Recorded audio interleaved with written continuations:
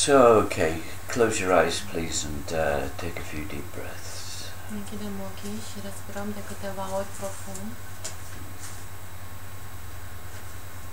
And okay, John, I'm going to allow you to come through, but please see if you can adjust your accent for our translator.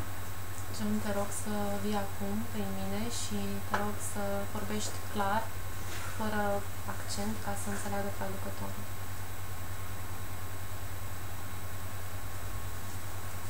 So, good morning. I am the energy that you know as John Lennon. Bună dimineața, eu sunt energia pe care o cunoașteți ca John Lennon. And it really is a great day that I wish you. Și sunt bucuros să fiu alături de voi acum. So, you've been listening to the song that I wrote. Ați ascultat cântecul pe care l-am scris, Imagine. Imagine.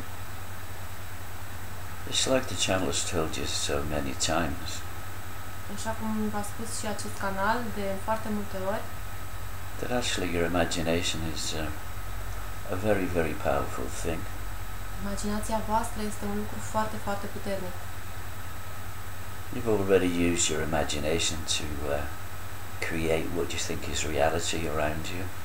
Deja v-ați folosit imaginația pentru a crea realitatea din jurul vostru. And the reason why I wrote this song was to encourage people to use their imagination to create something different. Am scris acest cântec pentru a încuraja pe oameni ca să-și folosească imaginația și să creeze ceva diferit. And remember as well, in the song I sang, you might think that I'm a dreamer. Amintiți-vă că am scris în acel cântec, puteți să credeți că sunt un visător. And what I mean by that is that everybody's dreaming anyway. M-am referit atunci la faptul că oricum toată lumea visează. Of course there is some exceptions, those who know how to see through the dream. Există și excepții ale celor care știu cum să vadă prin iluzia visului. But most people are dreaming and they think they're awake. Dar majoritatea oamenilor visează și se cred treji. They think they only dream when they're asleep. Ei cred că visează numai atunci când dorm, când se duc la culcare. So I'd like to say to you, wake up and dream. Așa că eu vă spun, treziți-vă și visați. And let's dream this alternative version of reality. Visați o variantă alternativă a realității. So now let's just do an imagine meditation. Așa că o să facem o meditație cu imaginația noastră. So first of all, let's imagine there's no war. Acum, haideți în primul rând să ne imaginăm că nu există războaie. You've been told that war is an outward manifestation of the wars within yourself, the struggles. Vi s-a spus că războaiele din lume sunt o manifestare exterioară a conflictelor din interiorul nostru. So what I'm going to encourage you to imagine now is that standing in front of you is a being of divine light. Așa că vă încurajez să vă imaginați cum în fața voastră se află o ființă de lumină divină. And there is a stream of this divine light and this divine love flowing through the heart chakras of this being. Și există lumină pură, divină, care curge prin inima acestei ființe. And the rest of the body is also radiating this divine love. Întregul său corp radiază această lumină pură divină. You can imagine it any way you like. Puteți să vă închipuiți în orice fel doriți. Just imagine it, all this beauty, love, harmony. Imaginați-vă toată această frumusețe, echilibru, armonie. And at the same time, like just imagine that there's a stream of light going onwards and upwards into the sky. Observați cum un stâlp de lumină se duce în sus către cer. This stream of light is just a bit bigger around in your shoulders. Acest câmp de lumină este un pic mai mare decât umerii voștri, este în jurul umerilor voștri. You remember you did other exercises to expand this tube of light, this channel of yours. Amintiți-vă că există exerciții prin care puteți să vă extindeți acest câmp de lumină în jurul vostru. Respirație. Just see this in your mind's eye, this beautiful shining being of divine love and light. Doar imaginați-vă această ființă pură de iubire și lumină divină. With each of your in-breaths you could make it more real and more solid if you wanted. Cu fiecare respirație puteți să o observați cum devine mai reală și mai solidă. We're going to just give you a few minutes to do that, a bit of time. Să vă dăm câteva momente să faceți acest lucru.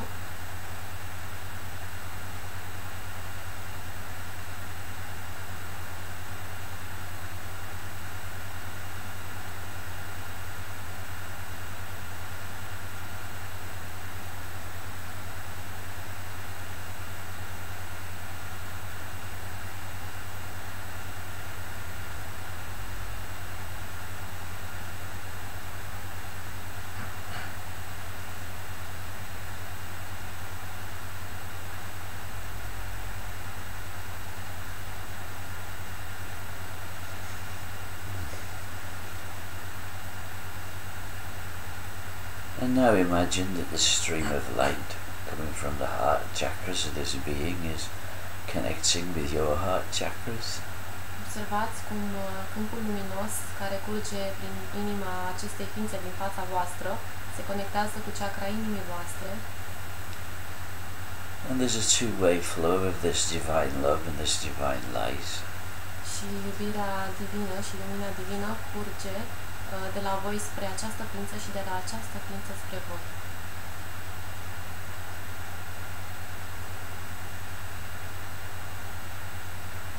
This creates a more, shall we say, profound or wider vibration of this love flowing through you. Astfel se creează o vibrație mai profundă a acestei iubiri care curge prin voi. It's flowing through all your cells. Această iubire curge prin toate celulele corpului vostru. Your physical body's starting to vibrate with it all. Și corpul vostru fizic începe să vibreze această lumină. And you're radiating this energy across the universe. Și voi radiați această energie prin tot universul.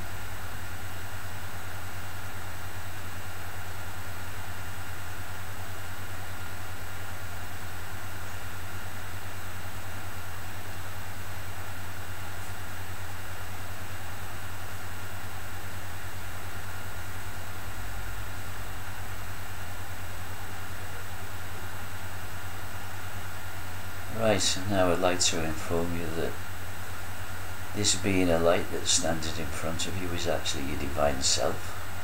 Aș vrea să vă informez acum că această ființă de lumină care se află în fața voastră este de fapt sinele vostru divin. You might have already realized that, some of you. Probabil că deja unii dintre voi v-ați dat seama de acest lucru. Others of you might be thinking, oh, it's some being of light from some reality. Probabil că alții s-ar fi gândit, este o ființă de lumină divină din alte realități. Well, both is correct in many ways, because remember, you are a being of light present in many realities. Într-un fel este și asta corect, pentru că amintiți-vă că sunteți o ființă de lumină prezentă în mai multe realități. So now I'm going to ask you to imagine that this being of light is merging with you. Așa că acum vă rog să vă imaginați cum această ființă de lumină se unește cu voi. With your in-breaths you could pull it in. Odată cu inspirația voastră o trageți în voi. Merge it completely with your physical body. Și o uniți cu corpul vostru fizic. So again, we'll give you a few moments just to get on with this. O să vă dăm câteva momente ca să faceți acest lucru.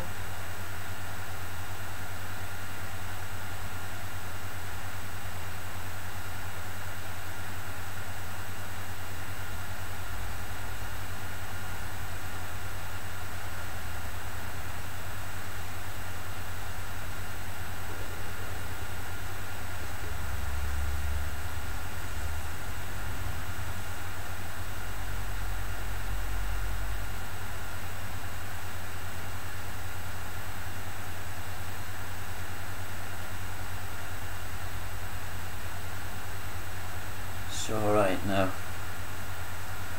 just imagine in your minds that there's no struggle within your minds anymore, no struggle within your emotions. Imaginați-vă că nu mai există conflicte emoționale în voi sau conflicte mentale. The inner struggle and war is over. Observați cum s-a terminat războiul interior, zbuciumul interior. There's no struggle within you. Am I light? Am I dark? I don't know where I am. Nu există conflicte de genul sunt în lumină sau sunt în întuneric, nu știu unde sunt acum. And just imagine the peace that comes from that. Imaginați-vă pacea care este acum în voi, pentru că s-a terminat conflictul. Flowing through your physical bodies, your emotional bodies, your mental bodies. Observați cum pacea curge prin corpurile voastre fizice, emoționale, mentale. And at the same time, as you're doing this, your antakarana opens up. În timp ce faceți asta, se activează antakarana voastră. And the glory of your I am presence and your divine self finds it easier to keep flowing into your body. Și este mai ușor prezenței eu sunt să se conecteze la acest corp, să curgă în acest corp. And the knowledge of your mona, that you're already perfection now, is waking up in your cells. În voi se trezește conștiința monadei, perfecțiunii monadice. Your cells start to celebrate. Celulele voastre încep să sărbătorească. It's a party. Totul este o petrecere în voi acum. It's a party of light. Este o petrecere a luminii. A party of love. O petrecere a iubirii. And as your cells dance to this music of love, Și în timp ce celulele voastre dansează pe această muzică a iubirii, a wider vibration of this love is allowed to flow into you. curge o vibrație mai extinsă a acestei iubiri în voi.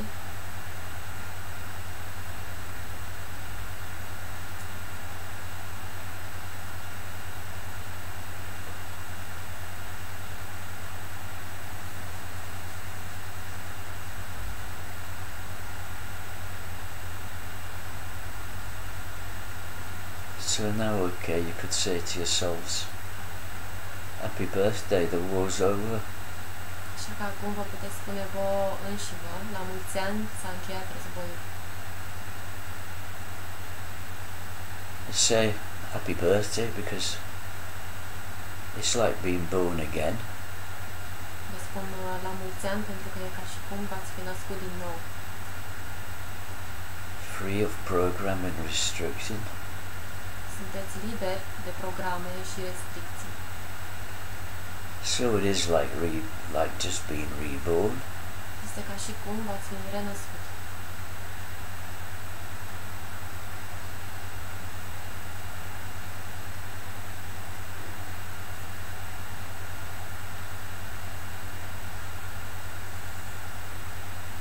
So now let's spread the energy of the knowledge of the end of the war across the planet. Așa că acum haideți să răspândim această veste că s-a încheiat războiul, este tot pe această planetă. It radiates from every cell in our bodies and from our hearts. Radiază din fiecare celulă a corpului nostru și din inimile noastre. And now imagine everybody that's been fighting each other. Așa că imaginați-vă cum toți cei care s-au luptat unii cu alții, laying down their weapons, că renunță la armele lor, coming towards each other, că vin unii spre alții putting their arms round each other, și se îmbrățișează and allowing the love to flow through their hearts. și permit ca iubirea să curgă prin inimile lor. And one each whispers in the ears of the other, Și cum își spun unuia altuia, I love you, își spun reciproc că se iubesc. totally without condition. Te iubesc fără condiții. And my heart is one with your heart. Inima mea este una cu inima ta. And I forgive you for anything and everything, whether it's real or it's imagined. Și te iert pentru orice, chiar dacă este ceva real sau imaginat.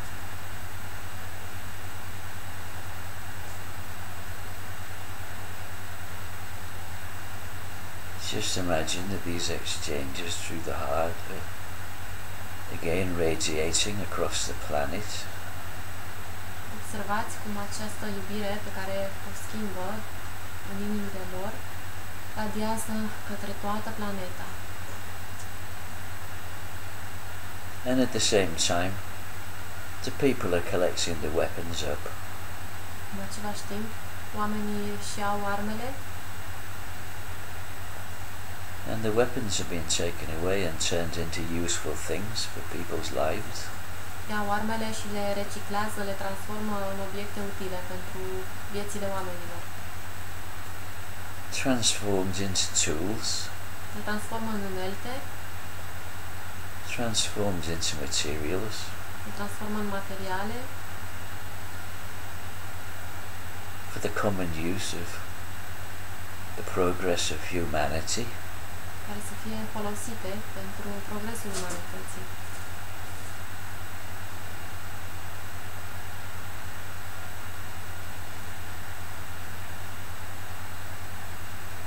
And now the people that have been fighting are handing each other flowers.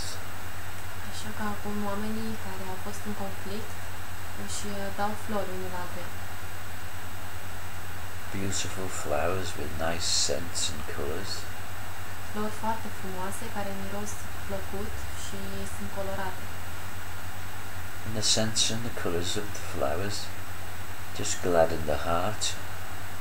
Aroma și culoarea florilor bucură inimile lor, Just gladden the mind. bucură mințile lor. And the energy of forgiveness flows and flows and flows. Și prin inimile lor curge energia iertării, Annihilating the energy of conflict and struggle from the collective consciousness of humanity. anihilând energia luptelor și a conflictelor din conștiința colectivă a umanității.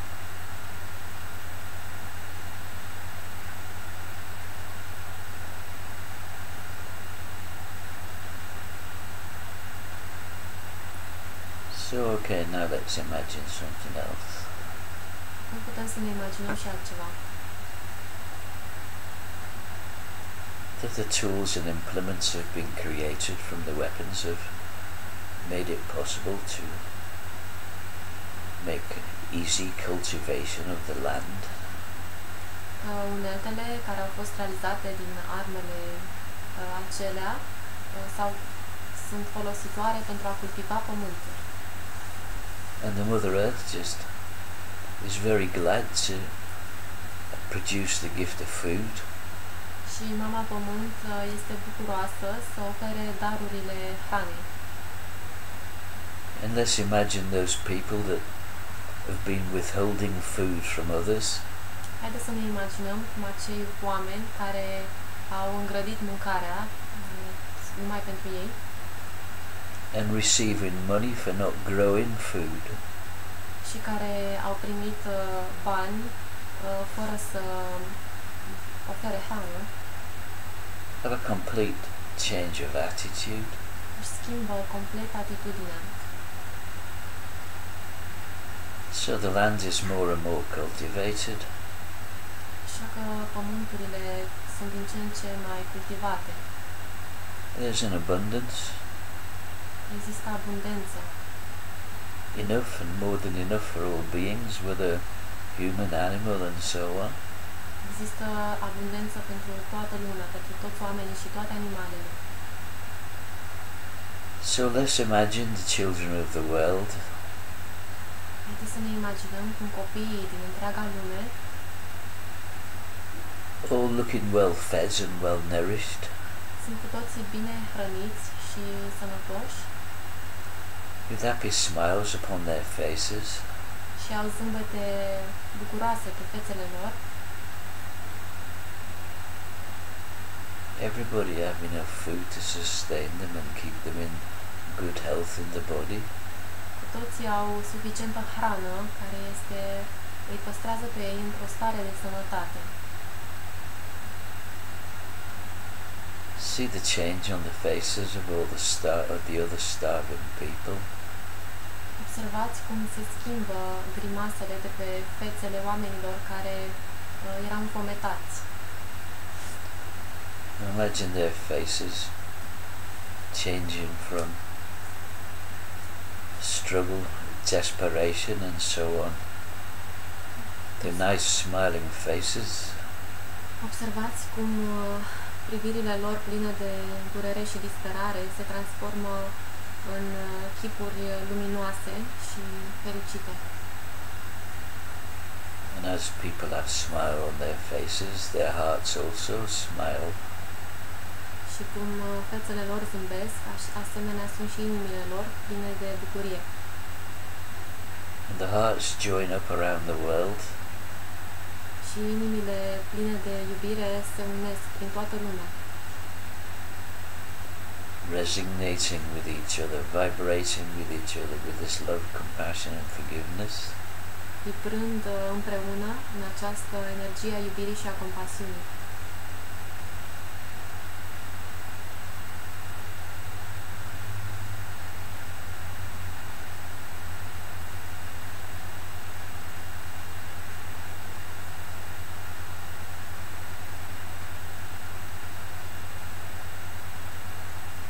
So right, the next thing we're going to imagine is Următorul lucru pe care ni-l vom imagina este that all beings are in possession of the knowledge that is necessary to keep their minds and bodies in harmony. toate ființele au acces la informațiile necesare pentru a păstra mintea și corpul lor în echilibru. That people once again start to tune in and resonate with the plants, the herbs, the grass, Observăm cum oamenii rezonează din nou cu ierburile și toate plantele medicinale, with the stones, the crystals, cu pietrele și cristalele, the semi-precious stones and so on. pietrele semiprețioase, And use this knowledge to level out any vibrations in their bodies that are not harmonious, folosesc aceste informații ca să-și echilibreze vibrațiile din corpul lor care nu sunt în armonie. and any aspects of their consciousness that is not in harmony. Și aspecte ale conștiinței lor care nu sunt în armonie. And by using this knowledge, Folosind aceste cunoștințe, everybody realizes that we're all one and one is all. cu toții realizează că toate reprezintă același lucru, aceeași esență este în toate And we're all responsible. și că suntem cu toții responsabili. Responsible for each other, Suntem responsabili unii pentru ceilalți, responsible for the planet, responsabili de situația planetei. and beyond that, we're responsible for many things happening within the universe. Suntem responsabili chiar și de multe lucruri care se întâmplă în univers.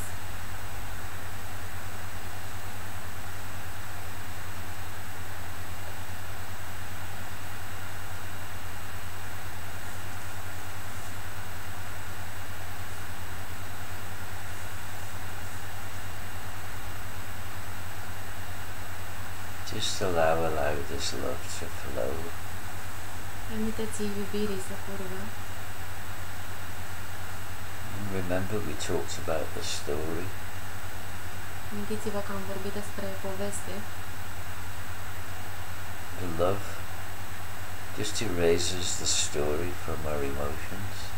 Iubirea pur și simplu șterge poveștile din câmpul nostru emoțional. And once again the realization of our true selves rises. Așa că apare din nou conștiința sinelor noastre divine.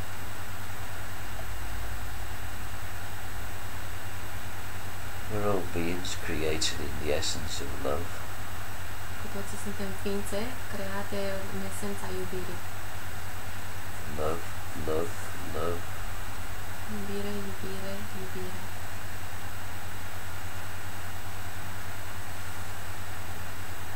So with this, my friends,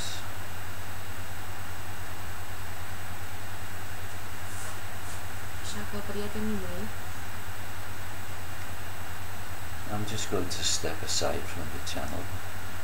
să părăsesc acest canal. We utilize this energy system quite a lot, and Ne folosim sistemele energetice din plin we don't have any desire to burn it out. și nu vrem să îl prăjim în niciun fel.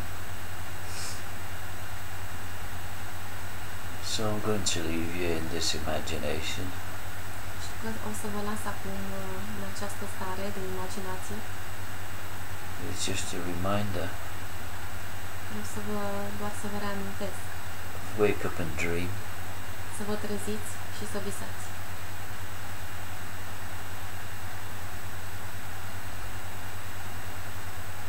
Love you.